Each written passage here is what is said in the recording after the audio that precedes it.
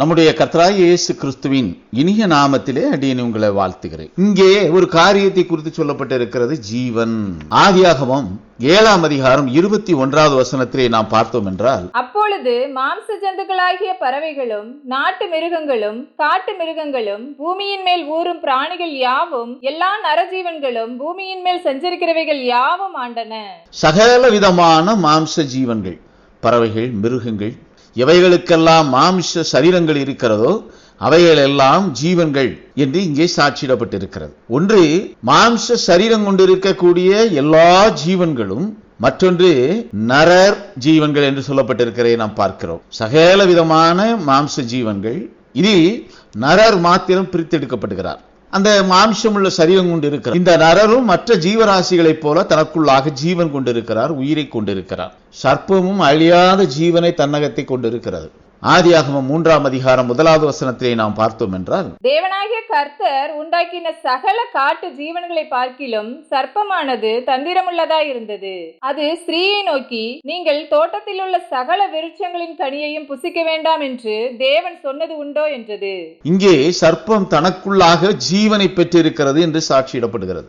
எப்படி மாம்ச சரீரத்திலே இருக்கக்கூடிய எல்லா விலங்குகள், பறவைகள், மச்சங்கள், இவைகள் எல்லாவற்றிற்கும் ஜீவன் இருக்கிறது போல, நரர் அதாவது மனிதர்களுக்கு ஜீவன் இருக்கிறது போல, இங்கே சர்ப்பம் என்று சொல்லப்பட்டிருக்கிற இந்த பாம்புக்கும், இந்த பிசாசு என்று சாட்சியிடப்படக்கூடிய இவனுக்கும் இங்கே ஜீவன் கொண்டவனாக அவன் இருக்கிறான் என்று சாட்சியிடப்படுகிறது.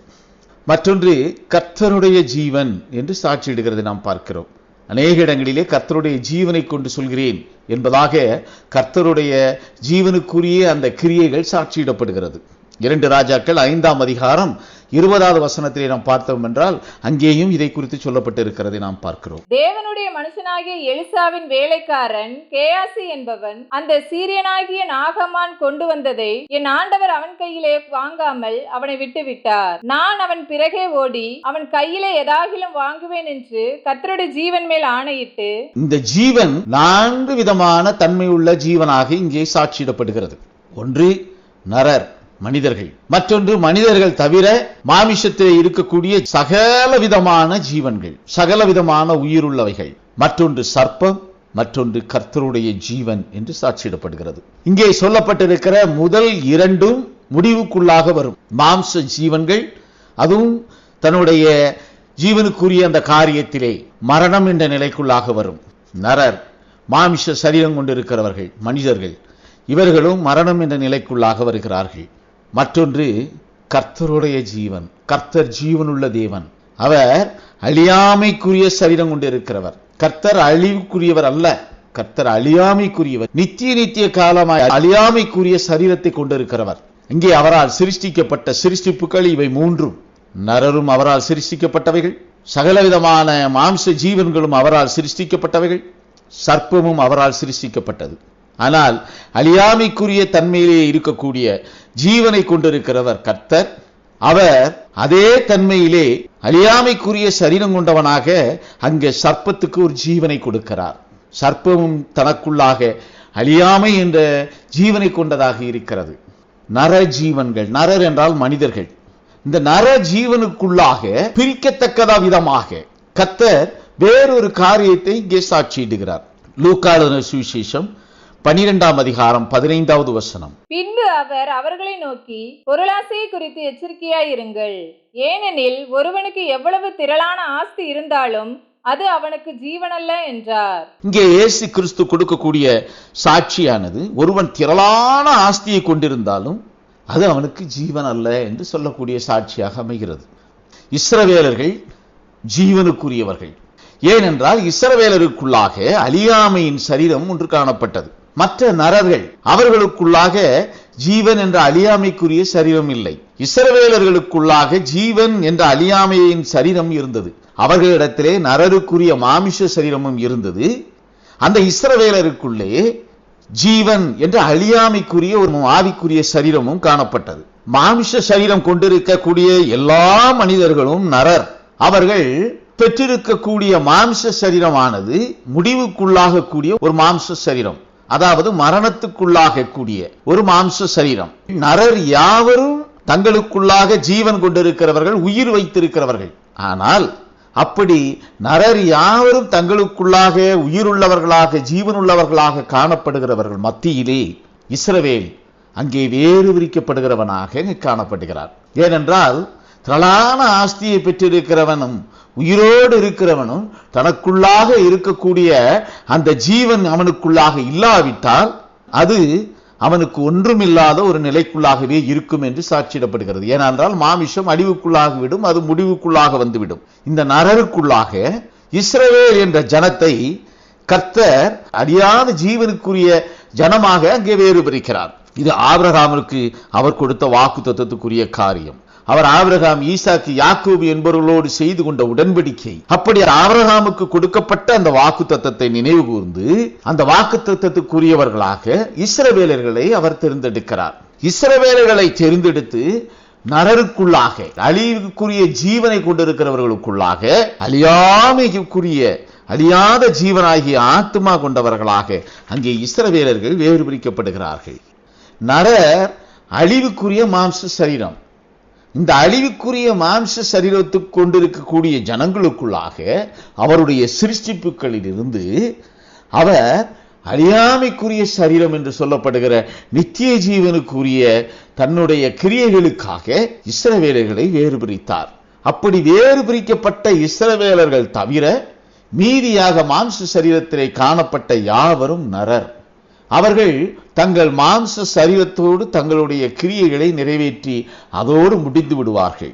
நரர் தங்களுக்குள்ளாக வைக்கக்கூடிய நரரின் விசுவாசம் அழியாமையின் சரீரத்தை அவர்களுக்கு கொடுக்காது. ஏனென்றால் அந்த அழியாமையின் சரீரம் இஸ்ரவேலர்களுக்கு பிறப்பின் மூலம் கொடுக்கப்பட்டது. மீதமுள்ள யாவரும் புறஜாதிகள் என்று சாட்சியிடப்படுகிறார்கள்.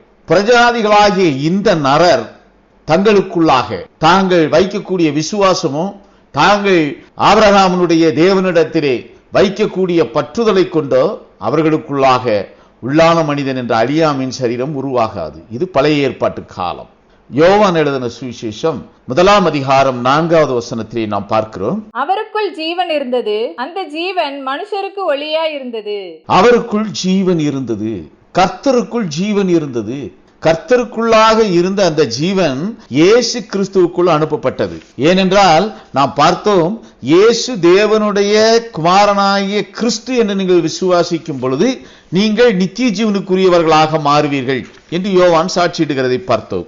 அதே யோவான் எழுதின சுவிசேஷத்திலே அவருக்குள்ளாக ஜீவன் இருந்தது, இயேசு கிறிஸ்துவுக்குள்ளாக ஜீவன் இருந்தது.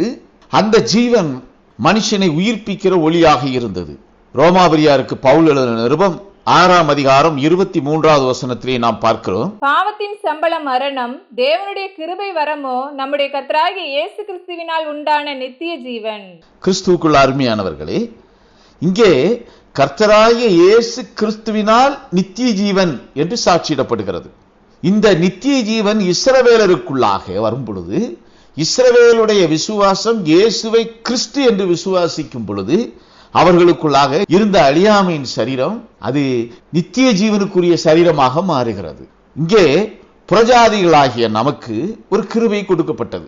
இது புதிய ஏற்பாடு. நரராகிய இருந்த நமக்கு ஒரு கிருபை கொடுக்கப்பட்டது. நரருக்குள்ளாக இருந்து பிரித்தெடுக்கப்பட்ட இஸ்ரவேலர்களுக்கு எப்படியான ஒரு அழியாமைக்குரிய ஜீவன் கொடுக்கப்பட்டதோ அதே போலத்த ஒரு கிருபையை இயேசு கிறிஸ்து மூலமாய் பிதா நமக்கு கட்டளையிட்டிருக்கிறார்.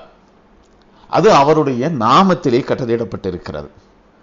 புறஜாதிகளாகிய நமக்கு கர்த்தராகிய இயேசு கிறிஸ்துவின் நாமத்திலே நாம் விசுவாசம் வைக்கும் பொழுது நமக்குள்ளாக அந்த அழியாமைக்குரிய சரீரம் என்ற ஜீவன் உருவாகிறது.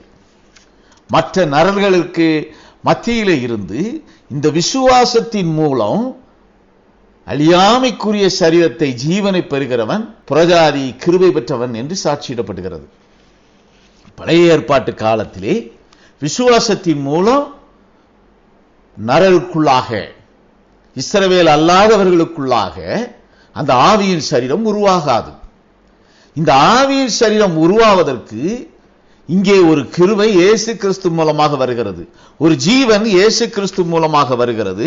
அந்த குமாரன் கொடுக்கக்கூடிய ஜீவன் அழியாமையின் சரீரத்தை கொடுக்கிறது. அந்த குமாரனுடைய நாமத்திலே வைக்கக்கூடிய விசுவாசம் அங்கே அழியாமையின் சரீரத்தை கொடுக்கிறது. 1 யோவான் 5ஆம் அதிகாரம் 12வது வசனத்திலே நாம் பார்க்கிறோம், குமாரனை உடையவன் ஜீவனை உடையவன், தேவனுடைய குமாரன் இல்லாதவன் ஜீவன் இல்லாதவன். குமாரனை உடையவன் ஜீவனை உடையவன், குமாரனை ஏற்றுக்கொள்கிறவன் ஜீவனை உடையவன். அந்த ஜீவன் வெளிப்பட்டது பிதாவினிடத்திலிருந்து என்று 1 யோவான் 1ஆம் அதிகாரம் 2வது வசனத்திலே நாம் பார்த்தோம் என்றால், அந்த ஜீவன் வெளிப்பட்டது பிதாவினிடத்தில் இருந்ததும் எங்களுக்கு வெளிப்பட்டதுமான நித்தியமாயிருக்கிற அந்த ஜீவனை நாங்கள் கண்டு அதை குறித்து சாட்சி கொடுத்து அதை உங்களுக்கு அறிவிக்கிறோம். அந்த ஜீவன் இயேசு கிறிஸ்துவினிடத்திலே இருந்தது. அந்த இயேசு கிறிஸ்துவினிடத்திலே இருந்த அந்த ஜீவன் பிதாவினிடத்திலிருந்து அனுப்பப்பட்டது. பிதாவினிடத்திலிருந்து இயேசு கிறிஸ்துவுக்கு அனுப்பப்பட்ட அந்த ஜீவன் அந்த நாமத்திலே புறஜாதிகளாகிய நமக்கு அழியாமையின் சரீரம் என்ற ஜீவனை கொடுக்கிறது. பிதாவினிடத்திலிருந்து அனுப்பப்பட்ட அந்த ஜீவன் இஸ்ரவேலருக்குள்ளாக அந்த ஜீவனுடைய நாமத்தை ஏற்றுக்கொண்டவர்கள், அவர் கட்டளையிட்ட பிரமாணத்தை ஏற்றுக்கொண்டவர்கள் நித்திய ஜீவனுக்குரியவர்களாக மாறினார்கள். இங்கே புறஜாதிகளுக்குள்ளாக அந்த ஜீவன் வெளிப்படும் பொழுது அந்த ஜீவன் மீது வைக்கக்கூடிய விசுவாசம் நரராகிய புறஜாதிகள் மத்தியிலே அவர்களுக்குள்ளாக ஆத்துமா என்ற ஆவியின் சரீரம் உருவாகிறது. நரர் மாத்திரமே இந்த ஜீவனுக்குரிய பாத்திரங்களாக மாறுகிறார்கள். இஸ்ரவேல் அல்லாத நரர் இந்த ஜீவனுக்குரிய பாத்திரங்களாக மாறுகிறார்கள். இந்த ஜீவன் இயேசு கிறிஸ்து மூலம் உண்டான ஜீவன். இயேசு கிறிஸ்து மூலமாகவே இந்த ஜீவன் உண்டாயிருக்கிறது. இந்த இயேசு கிறிஸ்துவின் மூலமாய் உண்டான இந்த ஜீவன் பிதாவினிடத்திலிருந்து கட்டளையிடப்பட்ட ஜீவன். பிதா கட்டளையிட்டு கொடுத்த ஜீவன். பிதா அந்த ஜீவனை ஒரு நாமத்துக்கு கட்டளையிட்டு இருக்கிறார். குமாரனுடைய நாமத்துக்கு கட்டளையிட்டு இருக்கிறார்.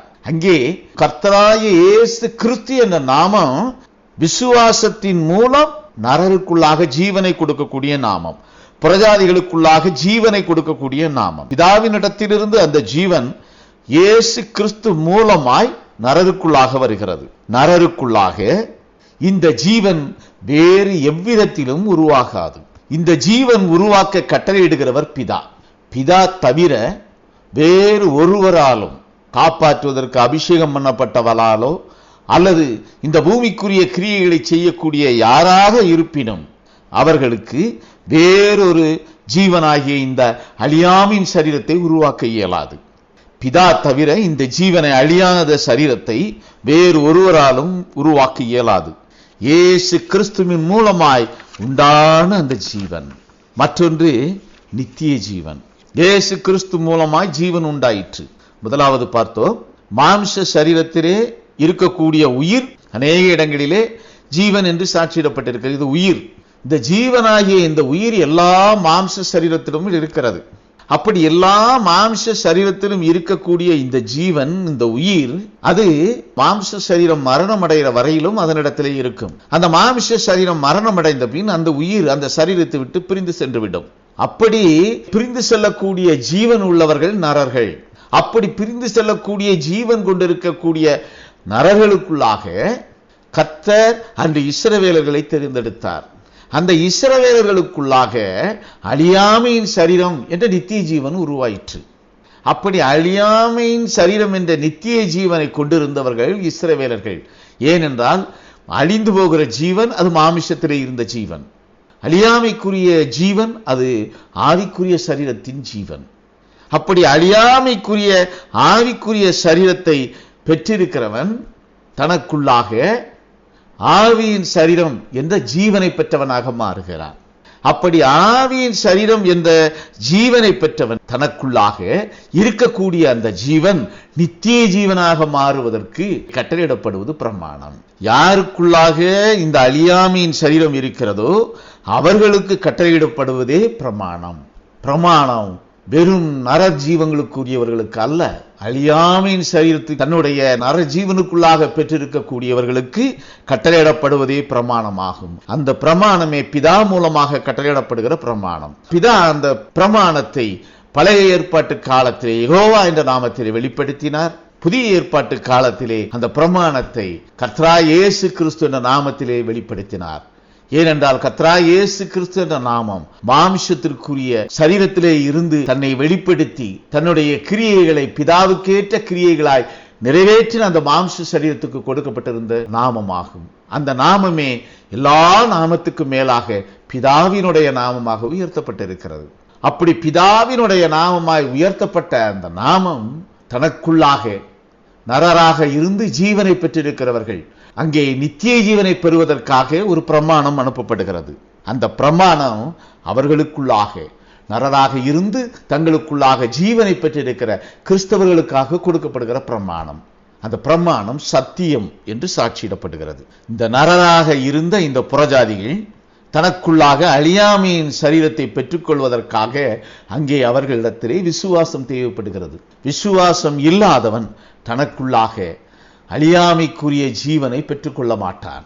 அந்த அழியாமைக்குரிய ஆவியின் சரீரம் என்ற அந்த ஜீவனை பெற்றுக்கொள்கிறவன் விசுவாசத்தின் மூலமே அதை பெற்றுக்கொள்ள முடியும்.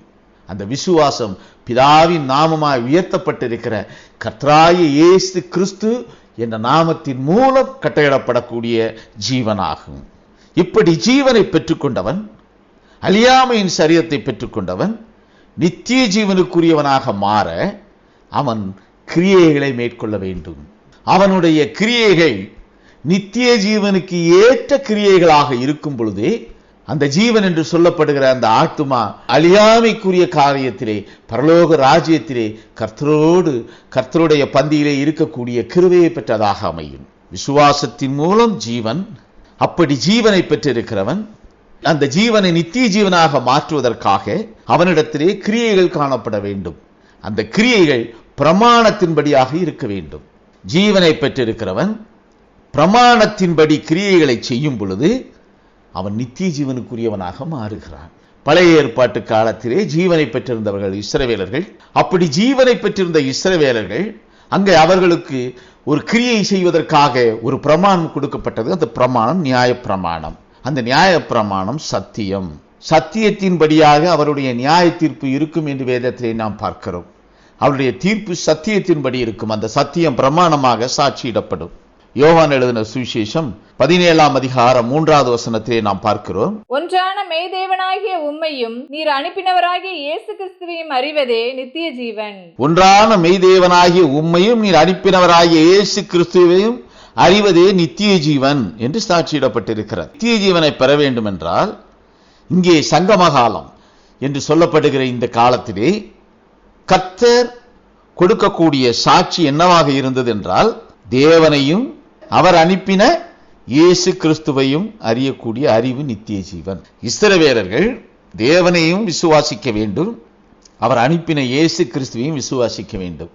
இயேசு கிறிஸ்து மூலமாய் கட்டளையிடுகிற பிரமாணத்தை அவர்கள் கை கொள்ளும் பொழுது அந்த பிரமாணம் அன்றைக்கு இஸ்ரவேலர்களுக்குள்ளாக விசுவாச பிரமாணமாக காணப்பட்டது. அப்படி இஸ்ரவேலர்களுக்குள்ளாக இயேசுவே கிறிஸ்து என்று விசுவாசிக்கக்கூடிய அந்த விசுவாச பிரமாணம் அன்றைக்கு சத்தியமாக காணப்பட்டது. அப்படி சத்தியமாக காணப்பட்ட அந்த நாமத்திலே கட்டளையிடப்பட்ட அந்த பிரமாணத்திலே தங்களுடைய கிரியைகளை செய்த இஸ்ரவேலர்கள் நித்திய ஜீவனுக்குரியவர்களாக மாறினார்கள். இது சங்கம காலத்திலே கொடுக்கப்பட்டிருக்கிற காரியம். அதே போல பிரஜாதிகளாகிய விசுவாசத்தின் மூலம் ஜீவனை பெற்றிருக்கிறோம், ஆவியின் சரீரத்தை பெற்றிருக்கிறோம். நாமத்திலே வைக்கக்கூடிய விசுவாசத்தின் மூலம் நமக்குள்ளாக ஜீவனை பெற்றிருக்கிறோம். யெகோவா என்ற நாமத்திலே தான் இஸ்ரவேலர்கள் தங்களுக்குள்ளாக ஜீவனை பெற்றார்கள். அதே போல புறஜாதிகளாகிய நாம், நரராக இருந்த நாம், நமக்குள்ளாக ஜீவனை பெற்றுக் கொள்வதற்காக இயேசு கிறிஸ்து நாமத்திலே வைக்கக்கூடிய விசுவாசத்தின் மூலம் அந்த கிருபையை பெற்றோம், நமக்குள்ளாக ஜீவனை பெற்றோம். அப்படி நமக்குள்ளாக ஜீவனை பெற்றவர்கள் விசுவாசிக்க வேண்டும் என்பதற்காக எப்படி யெகோவா என்ற நாமத்திலே இஸ்ரவேலர்களுக்கு நியாயப்பிரமாணம் கட்டளையிடப்பட்டதோ அதே போல இயேசு கிறிஸ்துவின் நாமத்தினாலே சபை பிரமாணம் கட்டளையிடப்பட்டது. இந்த சபை பிரமாணம் நித்திய ஜீவனுக்குரியவர்களாக பிரித்தெடுக்கக்கூடிய கிரியைகளை செய்கிறதாக காணப்பட்டது.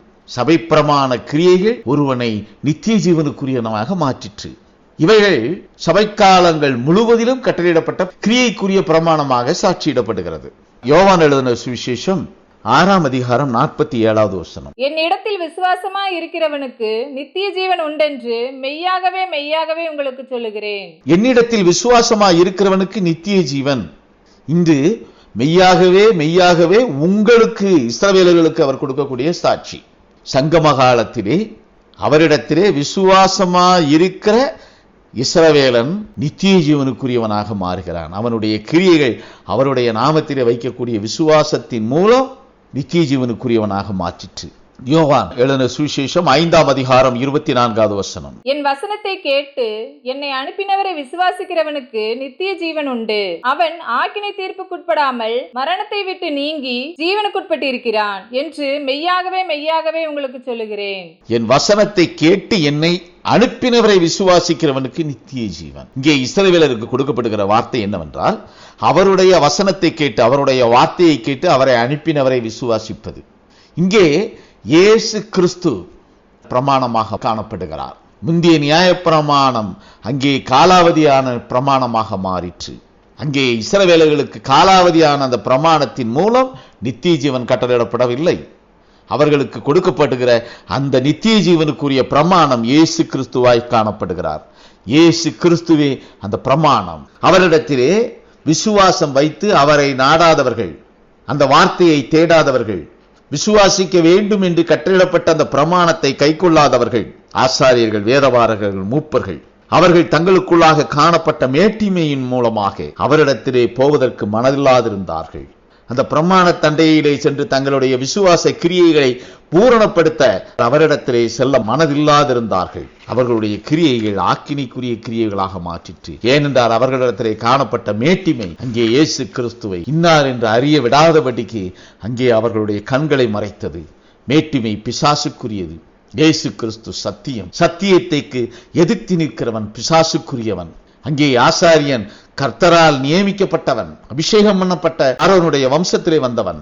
ஆனாலும் அவனுடைய கிரியைகள் நித்திய ஜீவனுக்குரிய கிரியைகளாக இல்லாதபடியினால், அங்கே அவனுடைய கிரியைகள் சத்தியத்துக்கு மாறான கிரியைகளாக காணப்பட்டபடியினால் ஆக்கினைக்குரியவர்களாக தீர்க்கப்பட்டார்கள். அவருடைய கற்பனையை கைக்கொள்கிறவனே சத்தியம் உள்ளவன் என்றும், அவருடைய கற்பனைகளை கைக்கொள்ளாதவன் பொய்யன் என்றும் சாட்சியிடப்படுகிறது. கற்பனை ஜீவன் கொண்டவர்களுக்கு மாத்திரமே கொடுக்கப்படுகிறது. இயேசுவை கிறிஸ்து என்று வைக்கக்கூடிய விசுவாசத்தின் மூலம், பிதா கட்டளையிட்ட பிரமாணமாகிய இயேசு கிறிஸ்து என்ற பிரமாணத்தின் மூலம் தங்களுடைய கிரியைகளை நிறைவேற்றி நித்திய ஜீவனுக்குரியவர்களாக மாறினார்கள். இது இஸ்ரவேலர்களுக்கு கொடுக்கப்பட்ட காரியம். மனுஷகுமாரன் முதலாவது மாமிசத்திலே வெளிப்பட்டார்.